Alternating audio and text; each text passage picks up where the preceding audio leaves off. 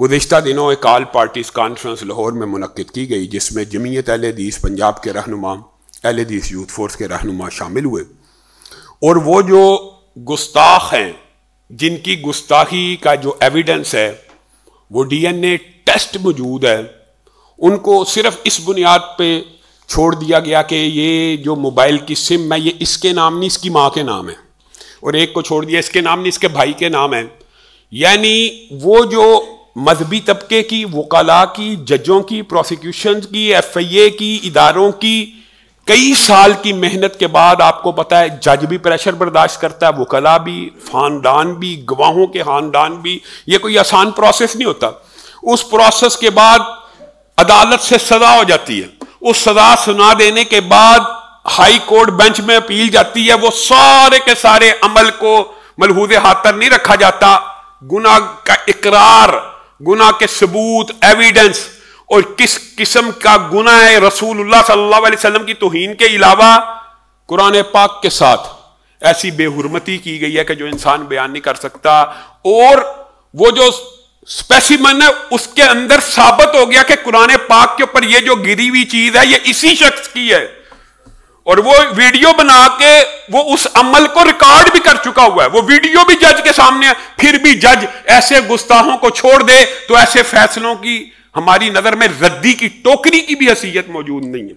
इनके खिलाफ आपको और मुझे सोशल मीडिया पे एक सदाए एहतजाज को भी बुलंद करना होगा। आज उस ऑल पार्टीज कॉन्फ्रेंस ने योम मुज़म्मत और योम सियाह और उलमा की ये ड्यूटी लगाई है, और हमने उसके अंदर ये इनपुट दिया कि उलमा इस जुम्मे पूरे पाकिस्तान की आवाम को एतमाद में ले कि ये जजों को क्या हो गया।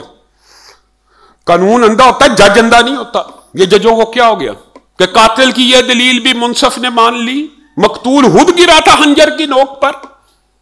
ये क्या है? अदलिया अजीबोगरीब फैसले कर रही है, तो ये फैसले जिस दबाव पे हो रहे हैं हम इनको कबूल नहीं करते। हम अपीलें भी करेंगे, अपील करेंगे, कानूनी रास्ता इख्तियार करेंगे, कानून को हाथ में नहीं लेंगे, लेकिन सोशल मीडिया के ऊपर आवाज भी उठाएंगे। और सोशल मीडिया पे आवाज उठाने की वजह से खुशखबरियां भी हैं। इस केस के बाद 2 और केस भी बड़े बड़े गुस्ताखों के लगे हुए थे, और अल्लाह का शुक्र है वो मुबारक सानी जिसका केस आपको याद है, जस्टिस फाइज ईसा के दौर में जो केस चला था, उसको अल्हम्दुलिल्लाह अदलिया के जज ने गुनाहगार पाके सजा सुना दी है, और एक और बड़े मुल्जम को सजा भी हुई है। लेकिन आपके सामने वो फैसला भी आ गया कि जो पंजाब हुकूमत ने कब्जा एक्ट बनाया था उसके ऊपर जस्टिस आलिया ने उसको भी उठा के फेंक दिया। कोई अगर फैसला हुक्मरान अवामी रिलीफ में कर भी दे तो जज अजीबोगरीब हरकत करना चाहते हैं। अगर गुस्ताखों को हमने पकड़ के बगैर एक थप्पड़ लगाए प्रोसिक्यूशन के पूरे प्रोसेस से गुजर के उनको सजा दिलवाई है, अब उस सजा पे इंप्लीमेंट की बजाय आप उनको छोड़ के क्या किस चीज की दावत देते हैं? तो जजों को इस बात के ऊपर भी सोचना चाहिए। और दूसरी तरफ दुख और अफसोस की एक और बात है, लेकिन आप इस बात को जरा गौर से सुनिएगा। अगरचे ये दुख की बात है, अफसोस की बात है। कल मरियम नवाज साहिबा ने एक तकरीब से खिताब किया अकलियतों की, उसमें 2 बातें बड़ी अजीब हैं, और हमारी उनसे गुजारिश है कि ऐसी गुफ्तगू से पहले कम से कम उलमा से कंसल्ट कर लिया कीजिए। एक तो उन्होंने कहा कि हम यहां पे मुसलमान, ईसाई, हिंदू, सिख कुछ नहीं, हम पाकिस्तानी हैं। याद रखिएगा, हो सकता स्लिप ऑफ टंग हो, जो भी हो, हुस्न-ए-ज़न रखते हैं, लेकिन यह जुमला बड़ा खतरनाक है। हम सबसे पहले मुसलमान हैं। यह पाकिस्तान का वजूद इस्लाम की बुनियाद पे हुआ, इस इस्लाम की वजह से यह पाकिस्तान बना, और हमारे मुसलमान होने की वजह से हमने पाकिस्तान और 2 कौमी नजरिया पूरे का पूरा यह है। आप कहते हैं कि हम मुसलमान नहीं है, हम पहले पाकिस्तानी हैं। हमारा नारा यह है, हम पहले सबसे पहले मुसलमान हैं, फिर पाकिस्तानी हैं।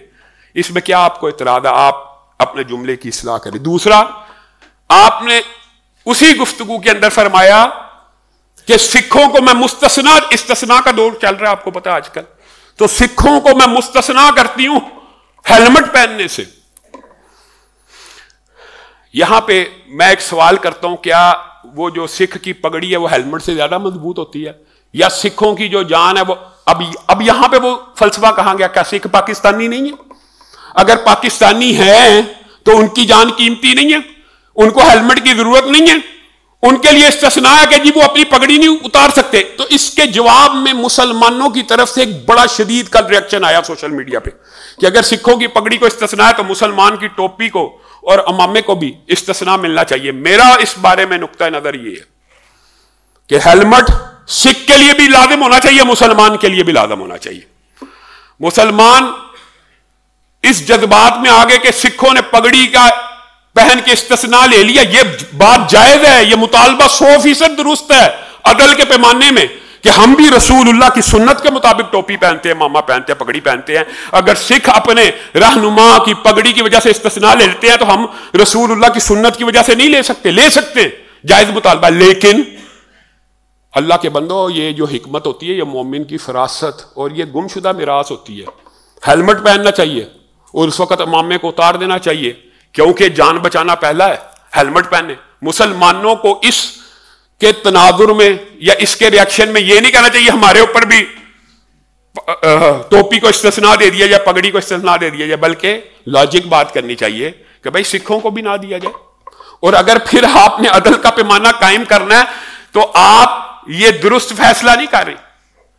तो ऐसे फैसले और ऐसी बातें ये दीन पसंदों को चुभती है। आप ऐसी गुफ्तगू करने से पहले उलमा से कंसल्ट किया करें। और ये निहायत खतरनाक जुमला है कि हम कोई सिख नहीं है, हम कोई यहां पे मुसलमान नहीं है। अपने इस्लाम का इनकार कौन करता है? कोई नहीं कर सकता।